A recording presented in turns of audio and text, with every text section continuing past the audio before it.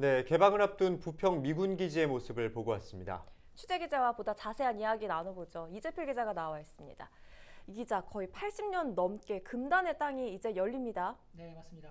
그 일제강점기 시절인 1939년 그 이제 일본이 현 부평 미군기지 부지에 그 군수 공장인 조병창을 만들죠. 네. 철도가 있고 이제 항만과 가까워서 이제 최적의 요건을 갖춘 지역으로 꼽혔기 때문인데요.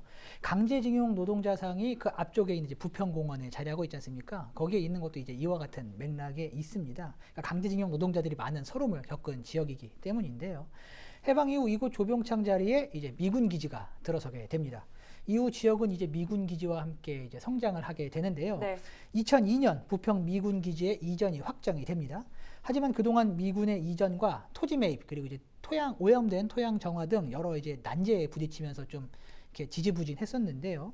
긴 시간 동안 이제 진전을 보지 못했는데 지난해 12월 마침내 지난한 과정 끝에 부평 미군 기지에 이제 반환이 결정이 됐고 현재 부분 개방에까지 이르게 된 그런 상황입니다. 네, 말씀하신 대로 현재 부분 개방에까지 이르게 됐고 그렇다면 나머지 부지는 언제쯤 개방되는 겁니까? 네, 현재 부평 미군 기지 이제 44만 제곱미터 중에 1단계인 21만 795 제곱미터가 이제 반환된 상황입니다. 네. 특히 반환된 부지 중에서도 이제 부평공원과 맞닿은 9만 3천 제곱미터가 이번에 시민들에게 이제 개방이 되는 그런 상황인데요.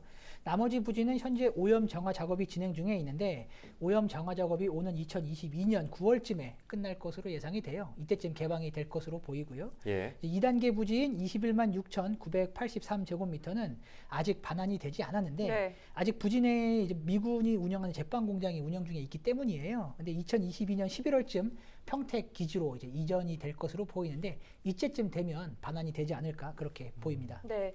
그 앞서 리포트에서도 우리가 살펴봤는데 인천시가 이 부평 미군 기지를 역사가 살아있는 휴식 공간으로 만들겠다 이런 포부를 밝혀서 참 기대가 되거든요. 네, 맞습니다. 이제 부평 미군기지는 이제 앞서 말씀드렸지만 조병창 때부터 이제 역사를 갖고 있는 곳이에요. 물론 아픈 역사이긴 하지만요. 그렇죠.